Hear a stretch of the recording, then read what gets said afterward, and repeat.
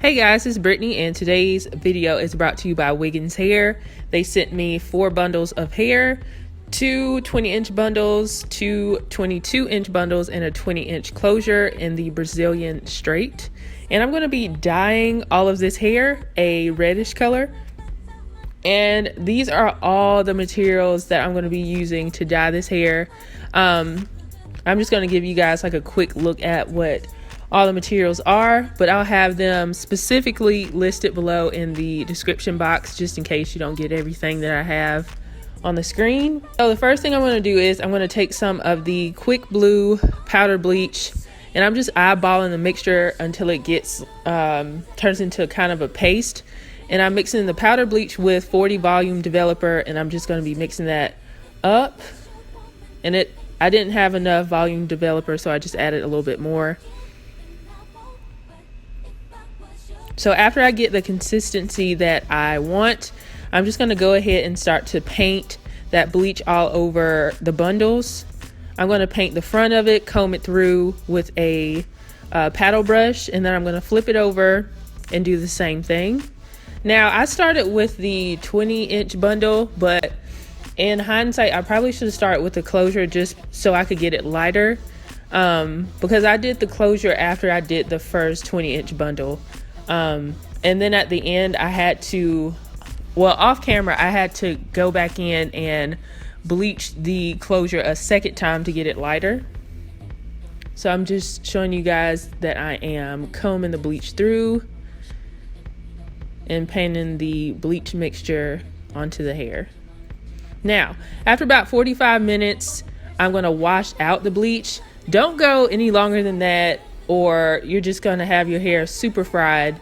So yeah, even if you want it lighter, I would still wash it out after 45 minutes and then try it again afterwards if you want it lighter, because I think just leaving it on there might just ruin the hair. So this is what all the hair looks like after it's been bleached. As you can see, the closure was pretty dark still, so that's why I had to lighten it. And that's all the shedding I got from the lightest bundles.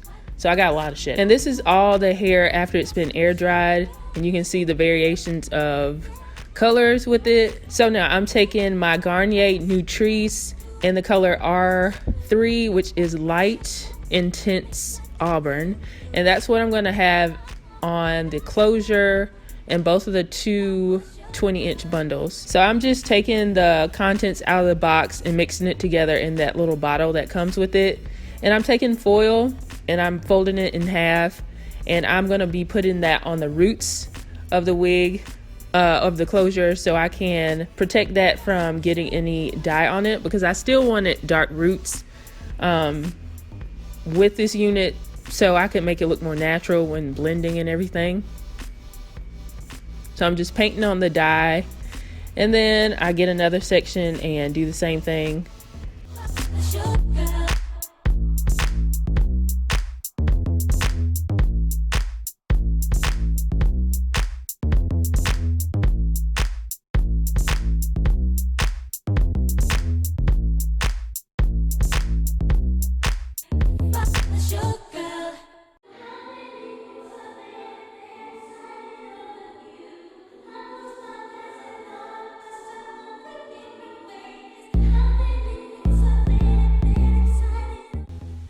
Alright, so after I dyed the closure, I wrapped it up with aluminum foil and I just kind of winged it. I wrapped this thing up like a burrito. I didn't know what I was doing, honestly. I'm not a professional. I'm just, trying something out, because just like you guys, I watch YouTube. So I just wrapped it up and I kept it on the hair for about 45 minutes to an hour.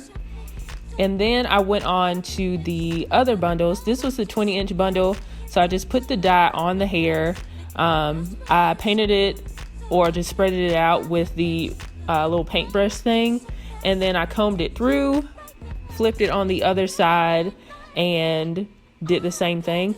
And I will say, you have to get in between the hair or you'll get like blonde spots with your color in the end. And I have blonde spots in my hair, but it still looks pretty good even with the blonde spots in it. But if you want a even consistent color, you definitely have to go in between with applying the dye.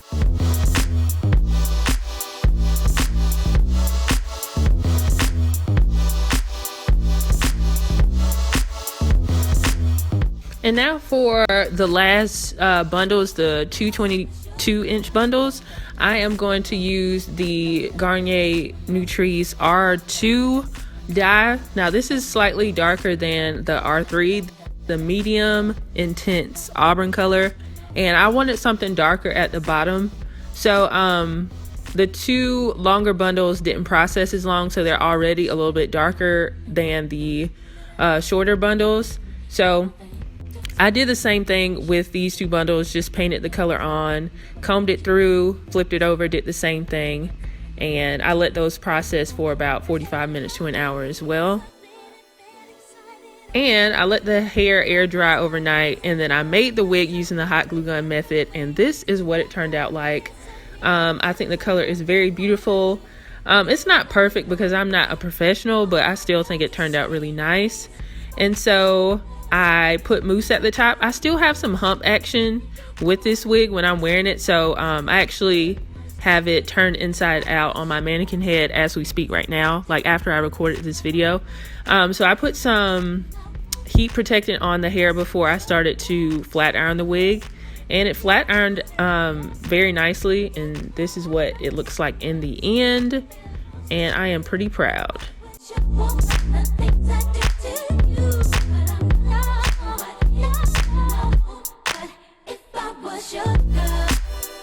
Hey guys, so this is the finished result of me coloring this hair from Wiggins hair. So I decided to color this hair because most of the wigs that I have made over the last like year or so that are human hair have been just black, and I haven't colored them. And I haven't colored them, but I've been watching a lot of dyeing videos on people like dyeing their frontals and bundles and stuff on YouTube lately, and I've been wanting to try to color my own hair.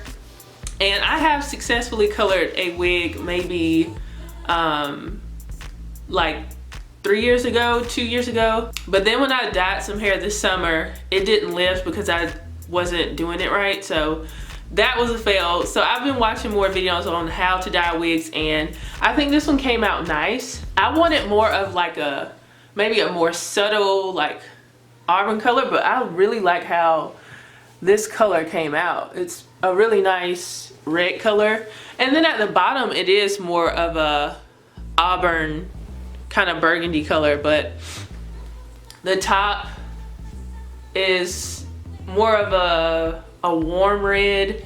But I do have some streaks of blonde in there because those streaks are blonde. The streaks of blonde come from when where the color didn't take in some of the inner parts of the bundles, but I still feel like it looks good with the overall color. Yeah, so when I was bleaching, like lightening the hair before I put the color on, I got really scared because at one point I had the hair in aluminum foil, and I looked over and I hear like sizzling, and in the aluminum foil pack my hair is starting to sizzle. Like the 3 bundles that I had already started putting bleach on, and I had them folded in different aluminum foil packs, and then I guess because of that heat, I guess because they were like not getting any air because they were stacked on top of each other, I did start to get the steam, and so I immediately had to like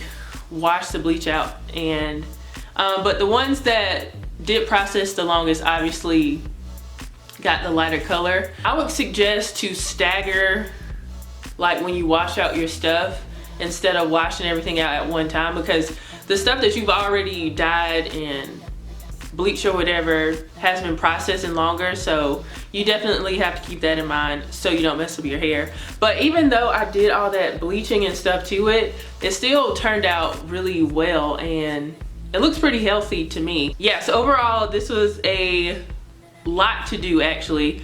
I know a lot of YouTubers, they do like the high color dye for their red wigs that they make, but I wanted to try something different.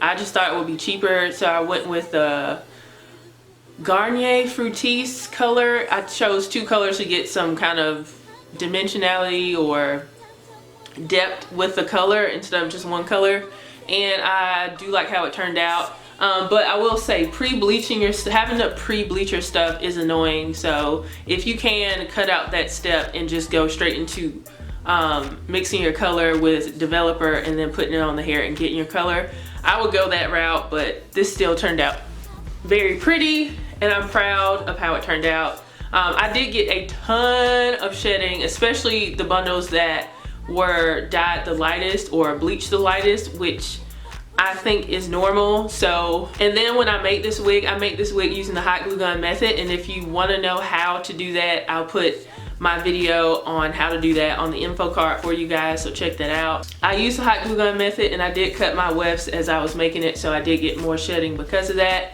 But overall I think it looks very beautiful, and then the closure looks pretty good too. That's what I like about like closures instead of, I know everybody loves frontals and stuff now, but frontals are annoying. You gotta do so much stuff to it. You gotta tweeze it, you gotta do baby hairs and all that stuff. I didn't even bleach the knots on this wig. I just put my face powder in the parting space and it looks natural. So I think this is very pretty. I want to give you guys an update, especially to see how this looks if it's curled, because this would be very pretty curled. Like I can already see this being really pretty curled. So I want to thank Wiggins Hair for sending me this hair to review for you guys. If you like how this color turned out, give me a thumbs up. Let me know if you like natural lighting instead of like the whole studio setup and everything. Yeah, thank you guys so much for watching. If you have not subscribed, go ahead and subscribe and turn on your notifications so you'll be notified every time I do another upload. And I will see you guys in the next video. Bye guys.